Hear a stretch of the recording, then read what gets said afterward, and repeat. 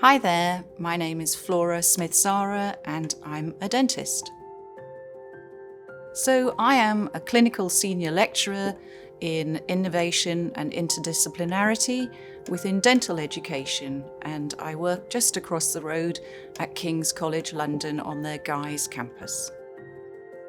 I spend my time teaching students, undergraduate students, how to become dentists, and within that I also do some dentistry myself, seeing patients. I am a restorative dentist by background, but my time is spent teaching the undergraduates and also bringing them to spaces like this, because I'm a great proponent of introducing more museum education and more arts and humanities into clinical curriculum. I get to meet an awful lot of young people in their early 20s, and I help to develop them to go and prepare them to go into the dental profession. And so their journey from being a layperson, mostly straight out of school, to kind of learning how to become and then actually graduating and being a dentist or a dental hygienist, part of the oral health care team, gives me a great deal of personal satisfaction.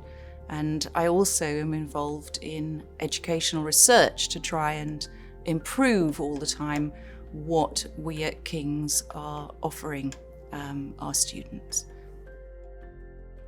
Well, there are several routes into dentistry within the UK.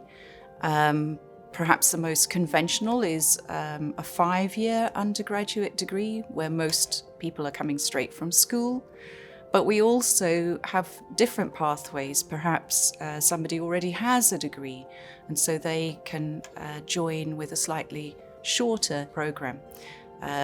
Perhaps people may want to become hygiene therapists, and so we also educate hygiene therapists who are doing a 3-year BSc degree.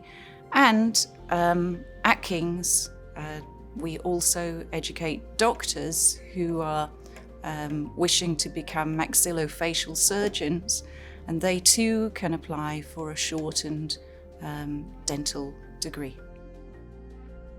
In common with all of the clinical sciences, oral health care in its widest context is changing all the time.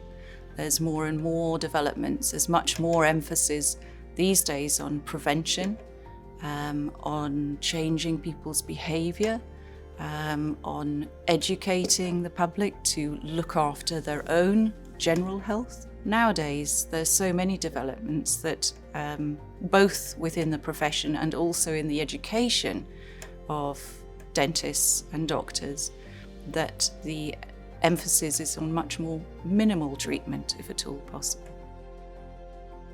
I think that this fearsome thing looks like what was known as a dental key.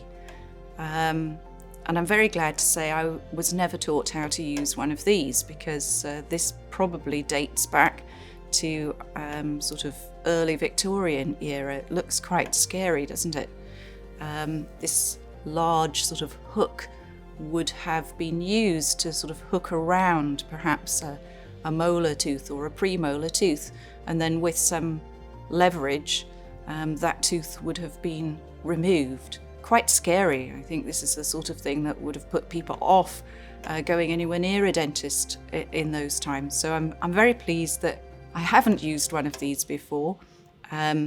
Sadly, some teeth still do need to be removed, but and you know, we have to use forceps and elevators, very different looking instruments to these. But as I said earlier, we're spending more of our time saving teeth and doing more minimal treatment, and we try and avoid taking them out if at all possible.